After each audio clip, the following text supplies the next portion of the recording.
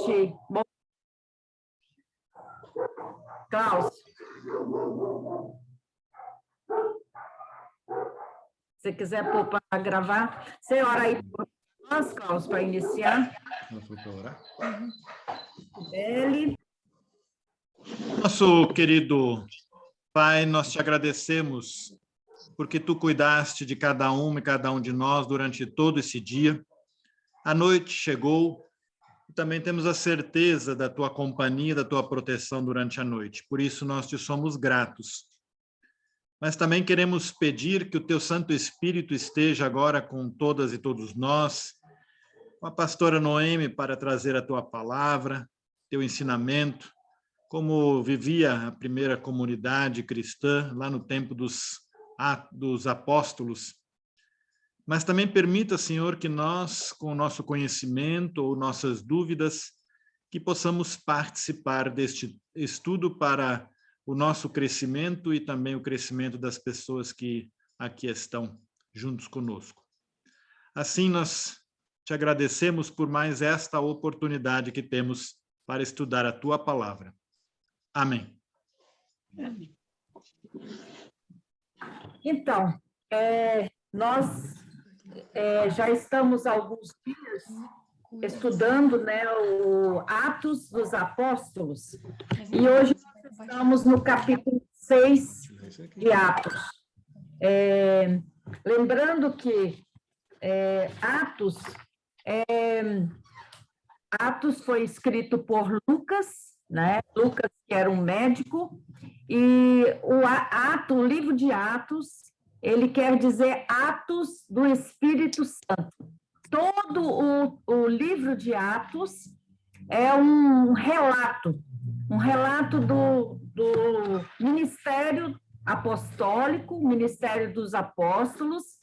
Uma parte de Atos trabalha sempre os apóstolos, os discípulos de Jesus, e depois a gente tem o apóstolo Paulo, que também faz, né, no livro de Atos, as suas viagens missionárias, tem a sua experiência pessoal com Deus. Hoje, nós vamos ficar apenas no capítulo 6, dos versículos 1 a 7. Eu sempre, em cada estudo, trabalho o capítulo inteiro, mas hoje eu achei melhor a gente ficar somente nos versículos de 1 a 7 de Atos, capítulo 6. Lembrando que, na semana passada, nós estudamos o capítulo 5 e nós lembramos, né, que aprendemos que nenhuma comunidade é perfeita e que mesmo na comunidade primitiva, com tantas coisas que estavam acontecendo, atos do Espírito Santo, uma comunidade contagiante pela maneira de agir uns com os outros, pela maneira da conversão, de ouvir a palavra de Deus, como eles viviam, né, e perseveravam na oração, na comunhão, no partir do pão. Então, era uma comunidade que vivia a diaconia e vivia também o conteúdo do Evangelho de Jesus Cristo. Mas mesmo nessa comunidade, então, quando eu falei que não existe comunidade perfeita, porque nós tivemos no capítulo 5 o caso de Ananias e Safira, que foram mortos por conta da mentira, por conta de querer aparentar algo que eles não possuíam, né? Uma falsa idealização de ser cristão. E isso acontece, é eliminado, né, no bem, assim, de forma radical, do meio daquela comunidade, coisas que estavam atrapalhando o crescimento da comunidade. Hoje eu dei o tema do nosso estudo, eliminando as distrações. Você põe aí, Klaus? Eliminando as distrações. O texto de hoje... Não estou conseguindo colocar, não é? Em primeiro lugar, ele trata, né, de algo que estava acontecendo no meio da comunidade. Vocês conseguiram ler o texto? Sim. E eu gostaria, então, de ouvir o que vocês encontraram nesse texto, nos versículos de 1 a 7. Alguém pode me falar o que estava acontecendo?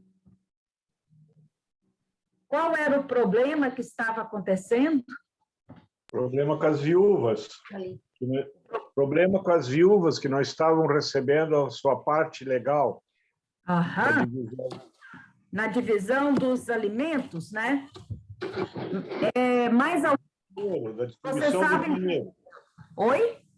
Da distribuição do dinheiro. Isso, aham. E o que mais? E essas viúvas, que categoria de viúvas eram? Do seu grupo. Do grupo deles. Pois é, era um grupo de viúvas.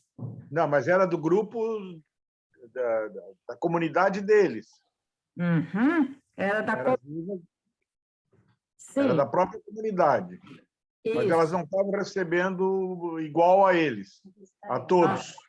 Uhum. Então, elas eram diferentes.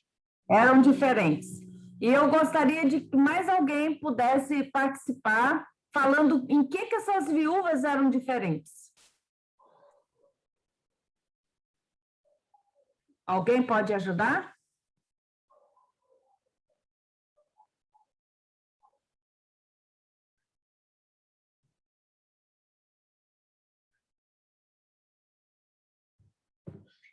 Bom, então vamos, em primeiro lugar, começar, então, antes da gente ler, né, o texto, eu vou lendo aos poucos e explicando. Primeiro, eu coloquei que o tema eliminando as distrações. O que acontece? Às vezes a gente está trabalhando e fazendo algo que a gente se envolve e, de repente, acontece alguma coisa que atrapalha o desenvolvimento daquele trabalho. E aí acaba que o foco principal acaba, às vezes, sendo desviado para aquilo que é periférico, para aquilo que é secundário e não prioritário. Os apóstolos, eles estavam com muitas demandas. O grupo estava crescendo e, de repente, a comunidade de discípulos também estava grande. E todos nós sabemos que onde existe um ajuntamento de pessoas, existe também problemas, né? Surgem problemas, surgem dificuldades, acontece divergências, pecado, rompimento da comunhão, e a gente percebe que todas essas coisas são algo que atrapalha a comunhão e atrapalha o crescimento, né, na palavra de Deus. Desde a criação do mundo, nós percebemos que onde há o ajuntamento de mais do que uma, duas pessoas, mais do que duas pessoas, ali acontece problemas, divergências, dificuldades. E no texto de hoje nós também vamos encontrar uma comunidade que estava crescendo por conta do evangelho, mas pela forma com que eles viviam o cristianismo, o evangelho de Cristo, que contagiavam outras pessoas, que outras pessoas queriam participar, porque era uma comunidade diferente, mas surge no meio do caminho, que parece que tudo estava fluindo bem, então surge no caminho dos 12 discípulos um problema. Está sendo um problema. E qual é o problema? O Paulo já disse, as viúvas estavam sendo esquecidas na distribuição diária. Então, vamos ler o primeiro versículo. Algum tempo depois, o número de judeus que se tornaram seguidores de Jesus aumentou muito, e os que tinham sido criados fora da terra de Israel começaram a se queixar dos que tinham sido criados em Israel. A queixa deles era que as viúvas do seu grupo estavam sendo esquecidas na distribuição diária de dinheiro. Então, os 12 apóstolos reuniram todo o grupo de seguidores e disseram: não está certo nós deixarmos de anunciar a palavra de Deus para tratarmos de dinheiro. Por isso, irmãos, escolham entre vocês 7 homens de confiança, cheios do Espírito Santo e de sabedoria, e nós entregaremos esse serviço a eles. Assim, nós poderemos continuar usando todo o nosso tempo na oração e no trabalho de anunciar a palavra de Deus. Todos concordaram com a proposta dos apóstolos. Então, escolheram Estevão, um homem cheio de fé e do Espírito Santo, e também Filipe, Prócoro, Nicanor, Timon, Pármenas e Nicolau de Antioquia, um não-judeu, que antes tinham se convertido ao judaísmo. Esses homens foram levados aos apóstolos, que oraram e puseram as mãos sobre a cabeça deles. A palavra de Deus continuava a se espalhar. Em Jerusalém, o número dos seguidores de Jesus crescia cada vez mais, e era grande o número de sacerdotes judeus que aceitavam a cristã. Olha só, havia 2 grupos de judeus. Então, por isso, Paulo, que eu perguntei que tipo de viúvas. 2 grupos de viúvas. O grupo de viúvas que estava sendo esquecido. Havia um grupo de judeu, aquele que morava ali na Palestina, em Israel, e que falavam a língua hebraica, e estudavam e liam os textos na tradução do hebraico, na língua deles, no hebraico e aramaico. E havia também judeus da dispersão, eram judeus que tinham se espalhado longe de Israel e que falavam o grego. Era a língua comum, né? Mais usada na época era o grego. E eles, então, estudavam o Antigo Testamento, a Septuaginta. Septuaginta era o Antigo Testamento escrito em grego. Os judeus de fala hebraica e aramaica estudavam o Antigo Testamento na língua hebraica. Havia em Israel o costume, né, dos judeus, pela lei, era que todo judeu ele precisava ajudar, né, acolher o estrangeiro, ajudar o órfão, a viúva. Por quê? Porque as mulheres, elas não tinham remuneração. O trabalho delas não era remunerado. Não havia pensão, não havia aposentadoria. Então, vocês imaginam uma viúva, aquela que não tem filho, ou que o filho, ou que só tem filha e não tem filho, ela não tinha ninguém para sustentá-la. Então, ela iria viver na dependência desses irmãos, né, através dos seus donativos. E na lei judaica, as viúvas, os órfãos, os estrangeiros, essas pessoas todas, elas deviam ser assistidas, né, ser cuidadas pela comunidade. Acontece, então, o que acontece? Havia um grupo de judeu, então, ortodoxo, que eles então, achavam que somente as viúvas, né, da linhagem judaica, que falavam o aramaico e o hebraico, só essas que deveriam ser assistidas. Lembrando que o texto nos fala que muitos dos sacerdotes judeus também aderiram ao cristianismo, ao evangelho. E aí, então, quais foram as viúvas que estavam sendo negligenciadas?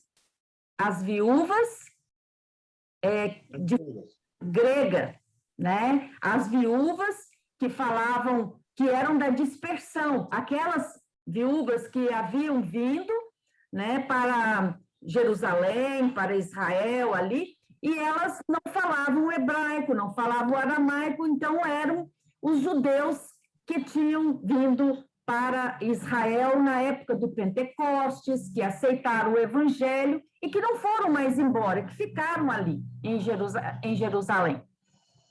Então, começa a surgir uma murmuração, né? Murmuração. Por quê? Uma murmuração no meio da comunidade, porque as viúvas, né, dos helenitas, né, que eram dos judeus que vinham de fora, estavam sendo esquecidas na distribuição diária. Havia uma forma deles fazerem a conta de quanto que aquela pessoa precisava para se alimentar. Então, se a pessoa não tinha nada, ela dependia 100% dessa coleta, dessa arrecadação, então ela tinha que receber o suficiente para 7 dias, 2 refeições. Então, ela ia receber pelo menos para 2 refeições por dia. E então, acontece essa murmuração e todo problema, toda queixa leva ao quê? A um mal-estar, certo? Né? Principalmente no meio desse grupo que estava sendo idealizado por muitos, né, como um grupo uma comunidade diferente, que vivia de uma forma diferente o evangelho. Então, a igreja cresce e consigo também cresce os problemas que precisam ser enfrentados com discernimento e sabedoria, muita sabedoria.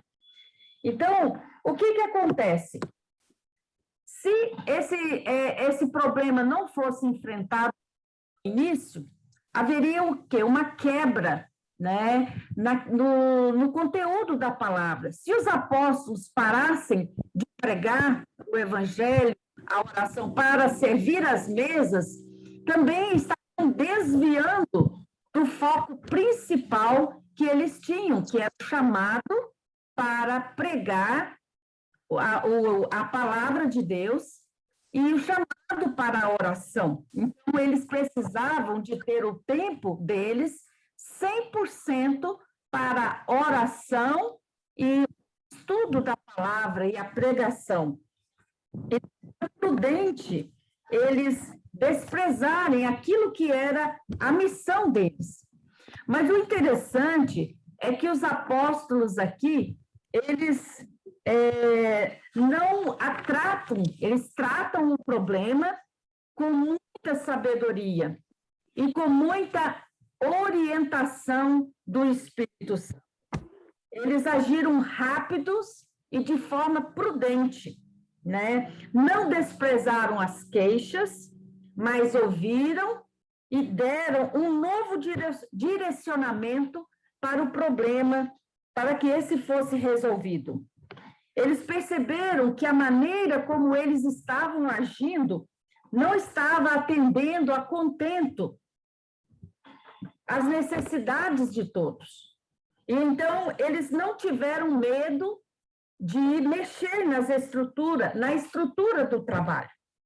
Eles deram, então, um novo direcionamento para aquela situação que estava acontecendo. E eles, então, convocaram uma assembleia, né? Como a gente faz na comunidade, toda a igreja luterana sabe disso, né? Que todo ano se faz uma assembleia, e alguns assuntos, algumas eleições, as eleições são feitas na assembleia, e alguns assuntos, os presbíteros também levam para a assembleia, dependendo do assunto para ser resolvido e tratado. Então, esses discípulos convocaram a comunidade de discípulos, e é interessante que é a primeira vez que os discípulos são conhecidos e chamados de discípulos, essa comunidade. E aí, reuniram ali os discípulos e os apóstolos, então, pediram que eles escolhessem dentre eles 7 homens, 7 nomes, né, de pessoas para poderem ministrar esse cuidado com todas as viúvas, com todas as pessoas que carecessem da ajuda. E eles, então, e a comunidade de discípulos, foram eles que escolheram.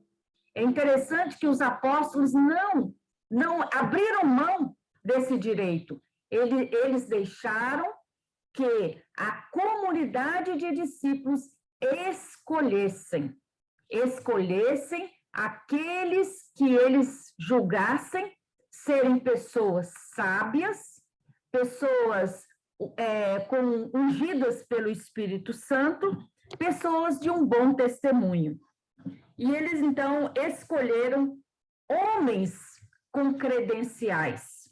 Olha só, eles escolheram homens com credenciais.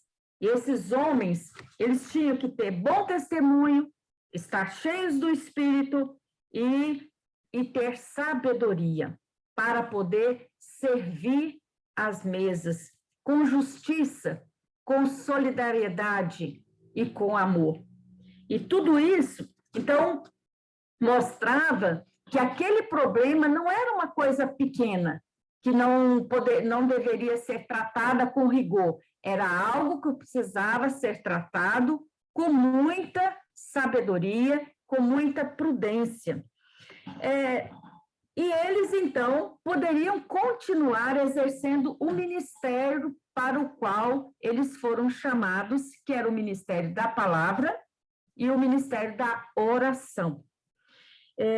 Eu acho interessante, enquanto eu estava lendo esse texto e pensando na forma como foi escolhido esses 7 diáconos, eu lembrei também de um outro fato na Bíblia, quando Jetro vai visitar Moisés, levar a sua esposa, seus filhos, e ele um dia vai olhar, né, o Moisés, vai visitar o seu genro, e vê o Moisés sentado numa cadeira, desde o dia que estava amanhecendo até o sol se pôr, julgando, né, causa das pessoas, e aquela fila enorme naquele sol quente. E Jetro, então, dá uns conselhos para Moisés, que aquilo não era bom para ele, não era bom para o povo, mas que ele nomeasse pessoas, né, de bom caráter, pessoas de confiança, líderes, liderança, para que pudesse, junto com ele, cuidar daquele povo e tornar um pouco mais leve a carga de Moisés. E Moisés atende o seu sogro e consegue, então, ter muitos ajudantes para estar também ajudando na tarefa de conduzir o povo no deserto. E eu vejo que isso, os apóstolos, eles também tomaram isso como um exemplo e também fizeram a mesma coisa. E o importante é que o ministério da palavra não fosse prejudicado, mas que também as mesas, né, as viúvas, as pessoas que precisavam a serem atendidas, também fossem atendidas nas suas necessidades. E o parecer agradou a todos da comunidade. E eles escolheram 7 homens cheios do Espírito Santo, cheios de sabedoria, e apresentaram os nomes e as pessoas aos apóstolos. E esses o consagraram na presença de todos com a imposição de mãos. É outro momento que a gente aprende, né? Tanto no Antigo Testamento quanto no Novo Testamento. O Antigo Testamento, sempre a unção de um rei, de um profeta, com a unção, né, na cabeça, com a consagração, é uma imposição de mãos. Isso a gente encontra em vários momentos na Bíblia. E aqui também os apóstolos consagram com imposição de mãos esses 7 diáconos, todos de origem grega, né? E que agora tem essa tarefa de cuidar, né, das mesas e cuidar daquele. né? Era algo tão importante como o ministério da palavra. Quando as lideranças da igreja agem em obediência à palavra de Deus, nós podemos ver os frutos deste trabalho. E quando as decisões da igreja são guiadas pelo Espírito Santo, as murmurações cessam, as tensões acabam e a paz de Deus reina. Isso é muito importante. Quando o Espírito Santo está agindo, nós vemos também tudo sendo colocado no seu devido lugar. E esses homens exerceram de uma forma muito, com muita sabedoria e com muita unção do Espírito Santo. Depois a gente vai perceber como que alguns desses diáconos, eles sobressaem também na pregação da palavra e também no fazer milagres, e também são pessoas que vão entregar a sua própria vida pela causa do Evangelho. E o que é mais importante é que os apóstolos perceberam que eles não poderiam desviar do foco da sua missão. Eles não se desgastaram com o problema, mas procuraram resolver. E não só resolver, mas eles ampliaram o quadro de obreiros. Olha só, em vez de ser antes 12, agora eles têm mais 7 para ajudar, né, para fazer parte desse quadro de obreiros, para trabalhar em prol do reino de Deus. Eles não tiveram medo de perder os privilégios, não desviaram do foco que eles tinham, que era o ministério da palavra e da oração. Às vezes eu vejo que hoje muitas lideranças têm dificuldade de delegar o trabalho. Às vezes acumulam muita coisa sobre si. E como é importante quando a gente tem mais pessoas para atuar na obra, no ministério da palavra de Deus. Quando a gente tem, por exemplo, uma liderança ativa, uma liderança que pega junto, o trabalho fica muito mais leve, fica muito mais gostoso.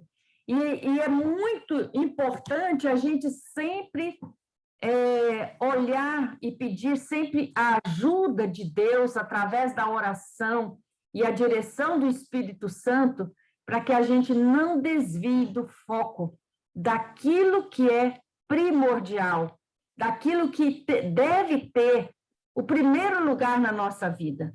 Porque é muito fácil a gente se distrair com coisas periféricas, com coisas que às vezes são sem muita importância. Não quero dizer que aqui o assistir à mesa às viúvas que não seja importante. É importante, e eu lembro até quando eu comecei a preparar esse texto, eu lembrei de uma música que nós cantamos na igreja, não sei se todos vocês conhecem, que fala: "Que estou fazendo se sou cristão? Se Cristo deu-me o seu perdão", né? E aí tem o último verso dessa música que fala: "Meu Cristo veio para nos remir, o homem todo sem dividir. Não só a alma do mal salvar, também o corpo ressuscitar." Lembrando que, para Deus, ele não divide, né? A gente, é só o lado espiritual e o lado material. Para Deus, nós somos um só, né? Nós somos corpo e espírito. Nós temos necessidades que não podem ser negligenciadas. E isso a gente aprende muito em Tiago, né? Onde ele fala sobre a questão da fé e as obras. Muitas vezes a gente quer, às vezes, separar ou fazer uma dicotomia, mas não existe isso. A gente, quando olha para Jesus, ele falando lá em João 10, né? 10 fala: "Eu vim para que tenham vida e a tenham em abundância." E vida abundante é uma vida também com qualidade.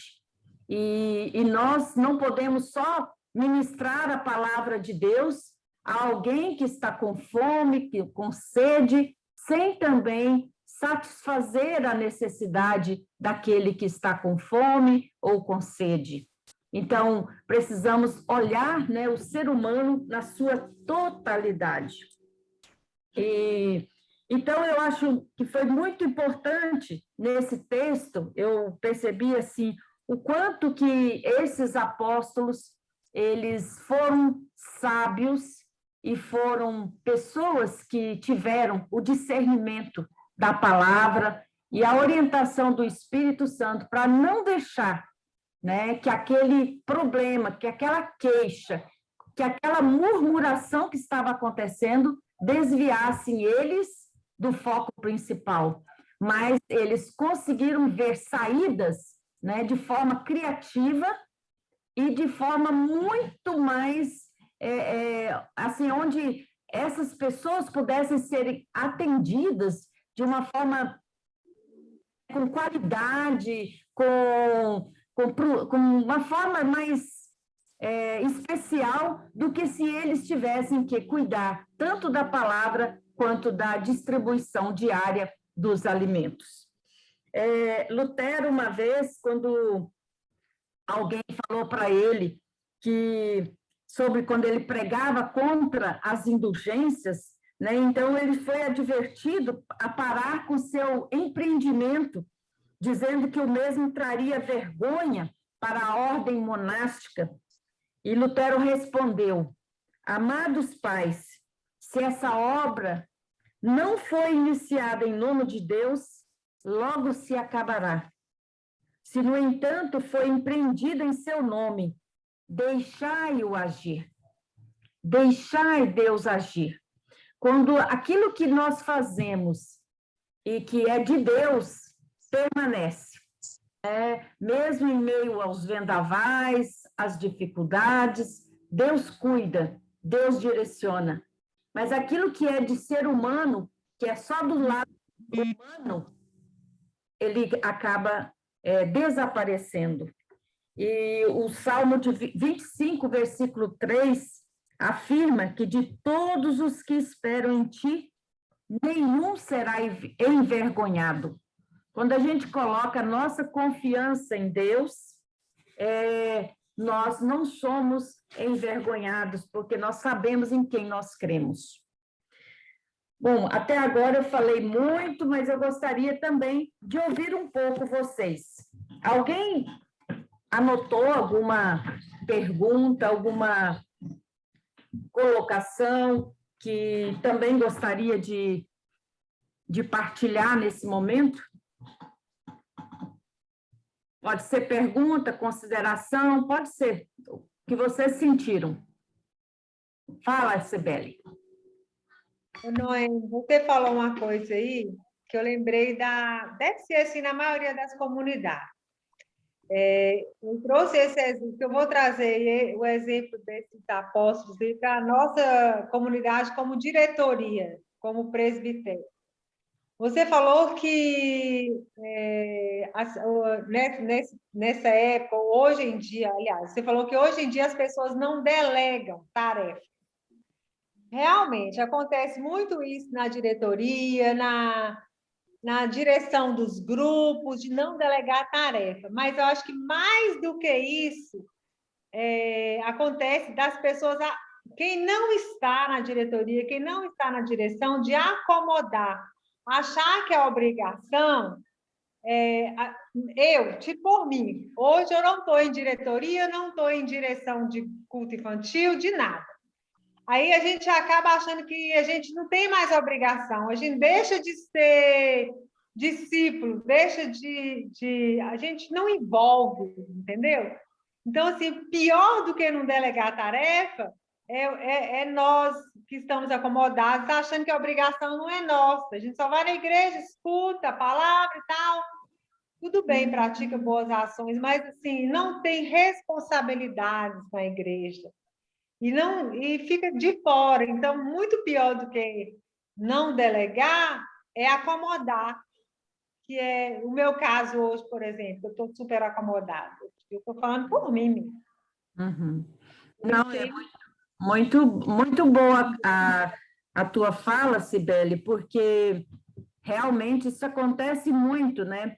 De uns achar que só eles têm que fazer e outros acharem que não precisam fazer, né? A tarefa ou é do pastor ou é do presbitério, né? Isso a gente nota também aqui na comunidade, muitas coisas às vezes acontecem dessa forma. Ah, é o grupo tal que está fazendo, não preciso me envolver tanto. Mas o grupo não é separado, né? Nós temos oásis, nós temos presbitério, nós temos grupo de jovem, mas a gente precisa se envolver em todos, né? E ver quem está precisando de ajuda, né? Eu lembro quando a gente começou aqui na comunidade com a questão da cesta básica, né? E foi sugerido no grupo da Oase, mas a gente percebeu, o grupo da Oase era pequeno, não dava para elas arcarem com todo esse trabalho. Então, precisava de toda a comunidade, não é só um grupo, né?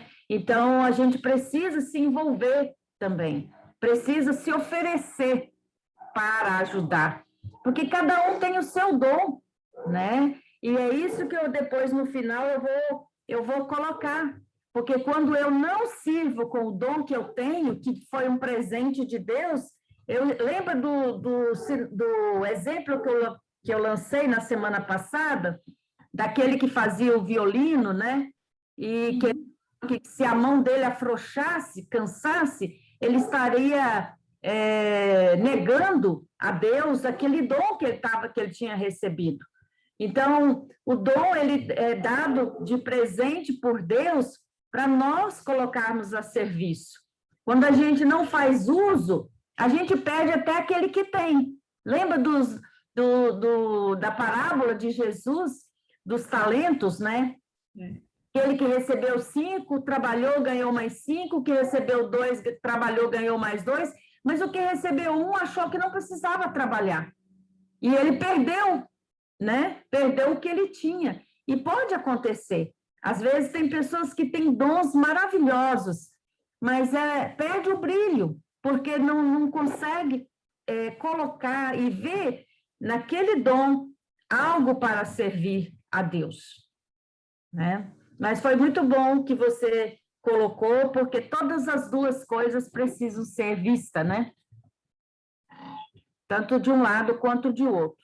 Mais alguém gostaria de falar? Eu iria acrescentar justamente nessa questão que Cibele colocou, que às vezes a gente se acomoda, mas às vezes também fica difícil para alguém que é responsável por um grupo dizer assim, ó, fulano, vem ajudar nisso ou naquilo, que diz assim, ah, mas eu não tenho jeito para isso. Por isso que você falou agora é o se oferecer, né? Eu chegar e dizer assim, olha, se você precisar de alguém para fazer isso, né? Eu estou disposta, né? Porque muitas vezes também aquele que é responsável pelo grupo, ele não sabe a quem se dirigir, porque não sabe dos dons de cada um.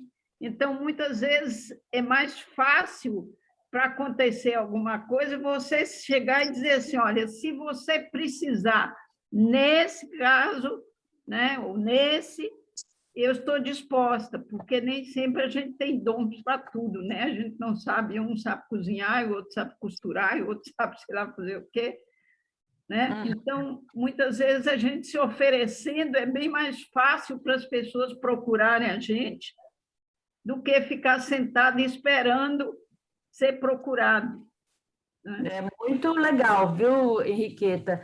Isso é uma coisa que é difícil, né? A gente vê pessoas na comunidade que se oferecem, né, para o trabalho. Às vezes, a gente tem que até implorar, né? Eu achei assim... Quando eu estava pensando aqui, né, sobre a questão dos 7 nomes que foram levados aos apóstolos para serem eleitos, consagrados, foi a primeira eleição. Olha só, a primeira eleição que ocorre na Bíblia é a eleição dos diáconos. E diácono, você sabe que vem de diaconia, e diaconia vem de servir, né? Serviço. Então, isso que a Henriqueta falou, a gente, às vezes, também fica sempre esperando alguém pedir, né? E, às vezes, a pessoa não sabe nem aquilo que o outro sabe fazer bem, né? Que tem os dons. Quando alguém oferece, é muito melhor, né? Alguém oferece, olha, se você precisar, né, eu estou aqui para ajudar. Eu acho interessante, a Henriqueta, ela está também no grupo de oração, e tem outras pessoas, a Roni também, tem mais pessoas, a Dinorá e o Paulo, e está aqui. Eu lembro que quando esse ano a gente começou, né, dei a sugestão de fazer um grupo de oração, mas eu já estava com a responsabilidade do grupo do estudo bíblico. E eu, então, cheguei para Simone, né, que é do presbitério, a vice-presidente, eu sei que ela gosta de orar, aí eu perguntei para ela, Simone, você pode conduzir o grupo de oração?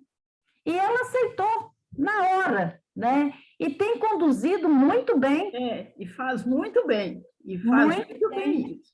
Então, a Henriqueta participa, Dinorá participa, o Paulo participa, e eu participo, né? Mas, para mim, é uma bênção, né? Eu poder estar num grupo que tem alguém da igreja conduzindo e também alimentando o meu espírito, e, ao mesmo tempo, eu tenho tempo para me dedicar, né, à palavra, para o estudo, e também ela dá a palavra na reunião de oração.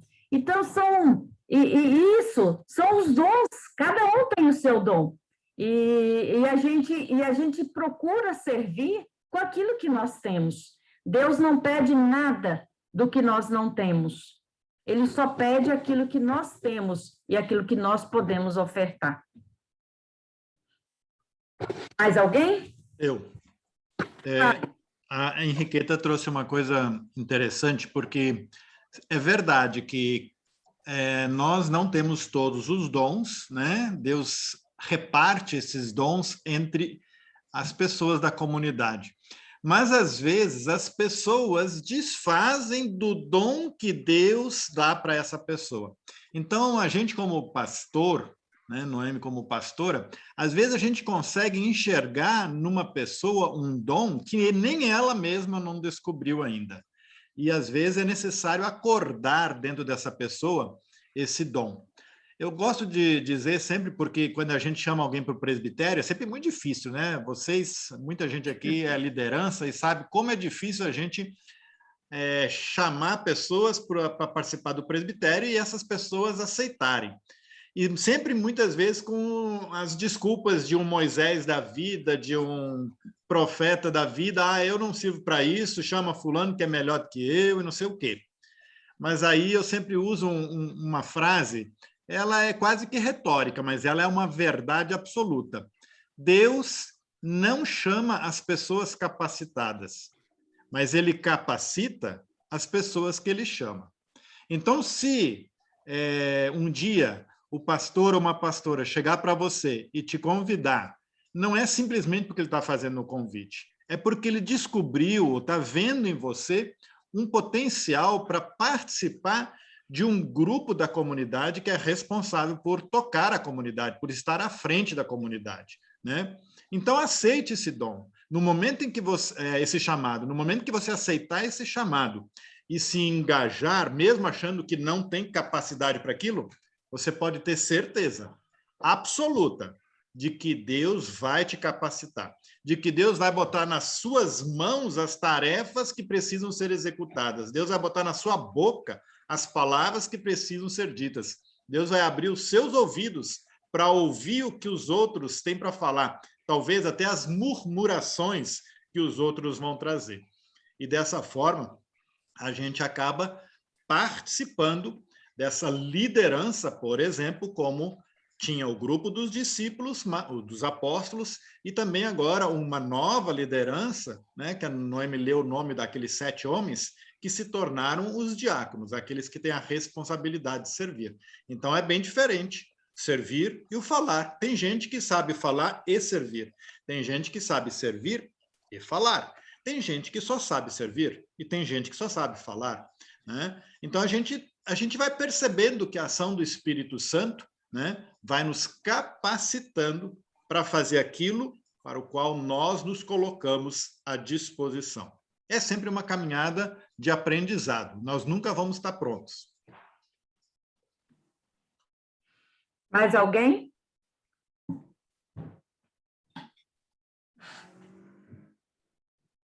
Então, quais as lições que nós podemos tirar desse texto? Quais as lições que nós podemos tirar desse texto? Alguém gostaria de... Pastora, Sim. eu não falei antes porque estava bloqueado aqui o celular, não consegui destravar. Eu lembrei agora das aulas que eu tive com a senhora, em que a senhora sempre falava, não, Josi, você sabe fazer. Eu falava, eu não sei, pastora, eu não sei fazer isso, eu não nasci para isso. E a senhora me ensinou a bordar e me ensinou a fazer isso e aquilo. E hoje eu faço coisas que o meu marido fala assim, tá vendo? Antigamente você pedia para eu fazer isso. E agora você fez isso em 10 minutos. Eu falo, meu filho, é só Deus e a minha pastora para descobrir isso, para ver isso em mim, porque eu mesma nunca que eu ia ver isso sozinha. Então foi só mesmo através de Deus e a senhora para ver muita coisa bonita. para ver um dom que eu jamais pensei que fosse capaz de fazer assim. Obrigada, viu? Obrigada eu, Josi, mas eu pensando, né? A Josi é uma que faz um monte de coisas bonitas e temos várias mulheres, né? Várias mulheres que participam também da igreja, do projeto, da Oase, né? Que fazem coisas lindas também. E que eu vejo assim, como que as pessoas desenvolvem quando alguém acredita nelas. Eu já vi tantas mulheres me surpreendendo pelo simples fato da gente dizer, olha, você sabe fazer e você faz muito bem.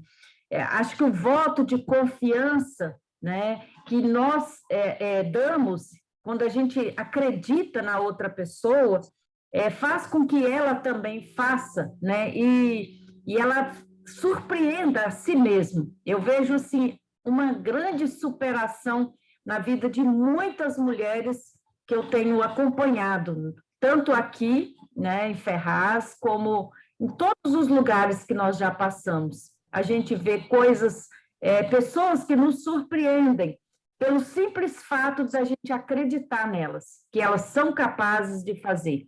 Então, isso, Cibele, que você falou, às vezes a gente tem dificuldade até mesmo de se oferecer, né? Porque às vezes a gente pensa assim, se eu me ofereço, o fulano vai achar que eu estou querendo, né, ser uma coisa que eu não sou, né? Mas às vezes a gente vê uma lacuna que precisa ser preenchida exatamente com o dom que você tem, né? Eu falo que na comunidade, os presbíteros, a liderança da igreja não precisa ser presbítero, pode ser um membro da igreja de qualquer departamento. Às vezes são situações que a pessoa pode perceber que nós não estamos percebendo, nós pastores, porque a gente não consegue ver tudo. Então, as coisas, às vezes, são trazidas até nós. Como o problema que aconteceu com as viúvas e que foi levado até os apóstolos. Eles não tinham conhecimento do que estava acontecendo, só tiveram conhecimento quando trouxeram para eles. Olha, as viúvas gregas, né, de fala grega, estão sendo esquecidas na distribuição. Peraí, então vamos resolver esse problema. Então, às vezes, a gente tem dificuldade de ser esse ouvido, ou de ser o nariz, de ser a boca, né? Nós precisamos, nós como membros da igreja, como comunidade, nós somos membros de um corpo, né? O corpo tem mãos, pés, ouvidos, nariz, né? Boca, então tudo tem que fluir para a harmonia, para o bem-estar, e cada pessoa tem uma função diferente. Então, quando a gente perceber uma lacuna ou uma situação que precisa ser levada até a liderança, vamos olhar com carinho essa situação, ou mesmo uma situação que você possa ajudar, se coloque à disposição. Então, eu coloquei algumas coisas aqui que eu vi que, para mim, serviram de lição. Primeiro, o evangelho precisa ser vivido de forma integral, corpo, alma e espírito. Nós precisamos pregar a palavra, orar, e precisamos também de trabalhar a diaconia, o serviço, a solidariedade, né? Não dá para somente pregar e orar sem olhar também para a necessidade do próximo. A oração e a palavra de Deus, ela precisa ser cultivada na vida de todos os seguidores de Jesus. Antes de qualquer empreendimento na nossa vida, precisamos colocar em primeiro lugar, em oração, na presença de Deus. Lembrando que o que é de Deus permanece e o que não é de Deus passa, é passageiro. Aprendemos também hoje, nesse texto, que crescimento pode gerar transtorno, né? Então, às vezes, a gente está num trabalho que parece que está fluindo tão bem, de repente, um probleminha pode fazer com que tudo possa ruir, né? Então, aprendemos que crescimento pode gerar transtorno. Precisamos agir rápido, com sabedoria, sobre a direção do Espírito, para evitar que esse transtorno desvie o foco principal daquilo que é primordial. Outra coisa, precisamos eliminar as distrações, porque elas nos sobrecarregam e nos tiram do foco principal da obra do Senhor. E, por último, eu coloco, cada um deve servir ao Senhor conforme o seu chamado. Cada um deve servir ao Senhor conforme o seu chamado, conforme o dom que recebeu de Deus. Cada um de nós recebemos dons, e como dom que recebemos, nós devemos colocar ele em ação. Tem uma frase que eu anotei aqui num papel, já está há dias na minha mesa, e eu achei interessante, né? Como a gente está falando em oração e palavra, eu achei interessante ler. Ore a Deus pedindo uma boa colheita, mas não deixe de limpar a terra e semear a semente, né? Ore a Deus pedindo uma boa colheita, mas não deixe de limpar a terra e semear a semente. Então, precisamos de também um ato de confiança, de ação nosso, né? Que às vezes a gente pede a Deus e acha que nós não precisamos fazer mais nada. Mas um dos passos, né, da oração é a confiança. É a gente acreditar que Deus vai responder e conforme a vontade dele. E que nós já, num ato de fé, já nos colocamos a serviço. Como se a resposta já está vindo. Eu preciso me preparar para ela. Amém? Amém. Então, vamos ter uma palavra de oração. Alguém tem algum pedido? Nós vamos estar orando.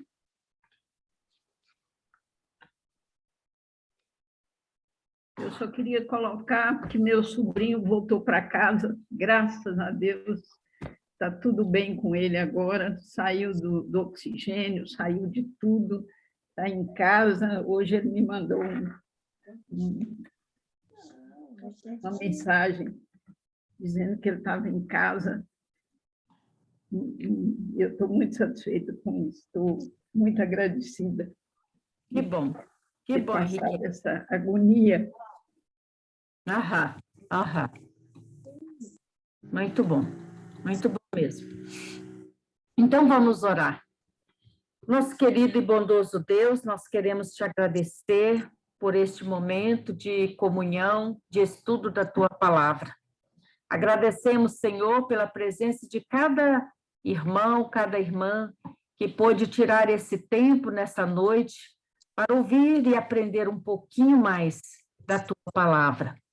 Nós queremos também te dar graças pelo sobrinho da Henriqueta, que já está apresentando boas melhoras, Queremos te agradecer, Senhor, pelo teu cuidado na vida dele e por tudo que já passou e agora está se acalmando, normalizando. Nós queremos te dar graças e te suplicar que a tua mão continue abençoando a vida dele para que cada dia possa recuperar mais. Tu sabes, Senhor, de tantas pessoas que vão no nosso coração, os pedidos que foram feitos na terça-feira, várias pessoas que necessitam do teu cuidado, as primas da Edna, que perderam pais, perderam irmão, e que também agora passou por um momento de dificuldade com a irmã, na saúde. Pedimos a tua bênção, o consolo e o conforto, Senhor, para essas pessoas que estão sofrendo. Nós queremos te agradecer pelas muitas bênçãos que o Senhor tem concedido às nossas vidas. Agradeço que ontem a Karina conseguiu apresentar o seu TCC, encerrando assim seu período da sua faculdade, e, ó Deus, tendo êxito também no seu trabalho e sendo, Senhor, bem avaliada. Nós te agradecemos, Pai, pelas bênçãos recebidas de tuas mãos.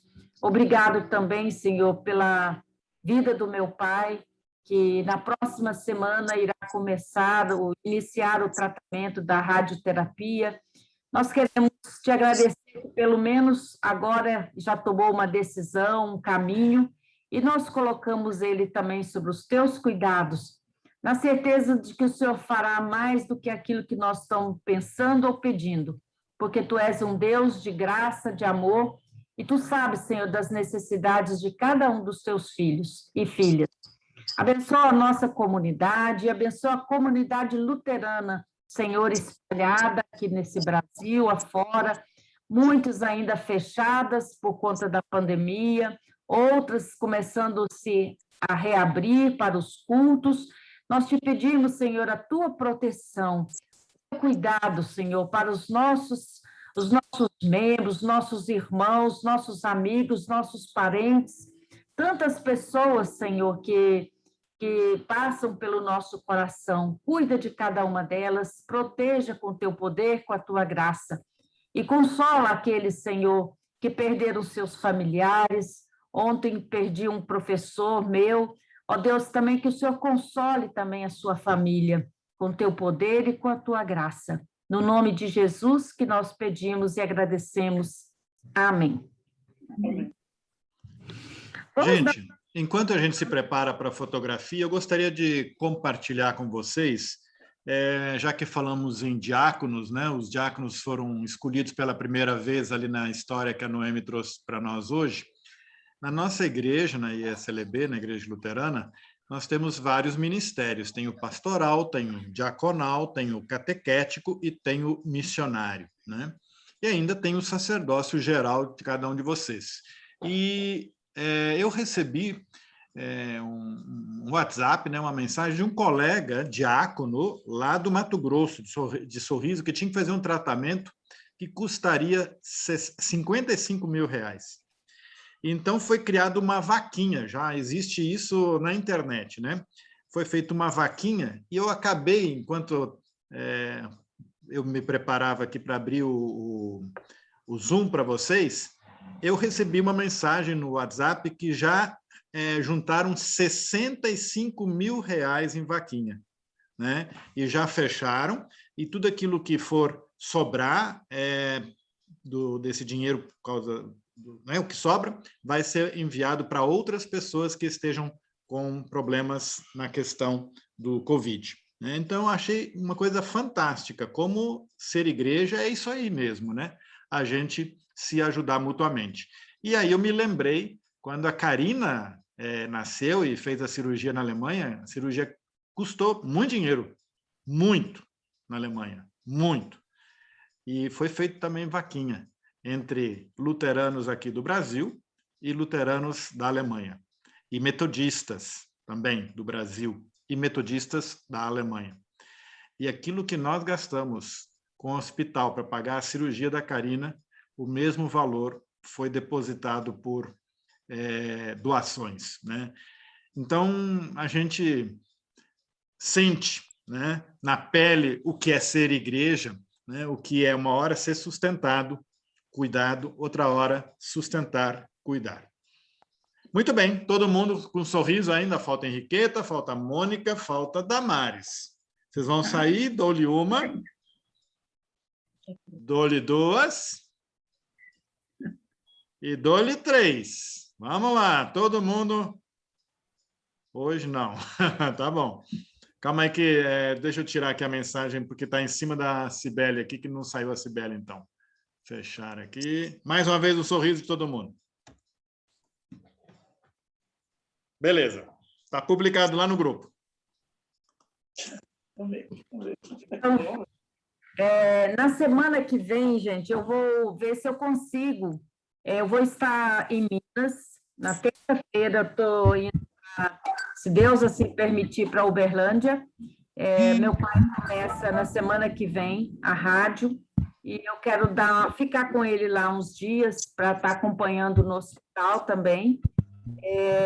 Aí peço que vocês, nas suas orações particulares, orem pelo tratamento. Meu pai vai fazer 81 anos, então já está um pouco idoso, né? E passar por um monte de exame que ele tem passado ultimamente não está sendo fácil. Então, eu vou estar em Uberlândia na semana que vem, mas eu vou tentar ver se consigo fazer o estudo. Caso não seja possível, eu aviso no grupo, tá bom? Semana que vem. Aí, mas nas outras semanas nós vamos continuar tendo o estudo. E lembrando que a gente está estudando Atos dos Apóstolos. Na semana que vem será o capítulo 7.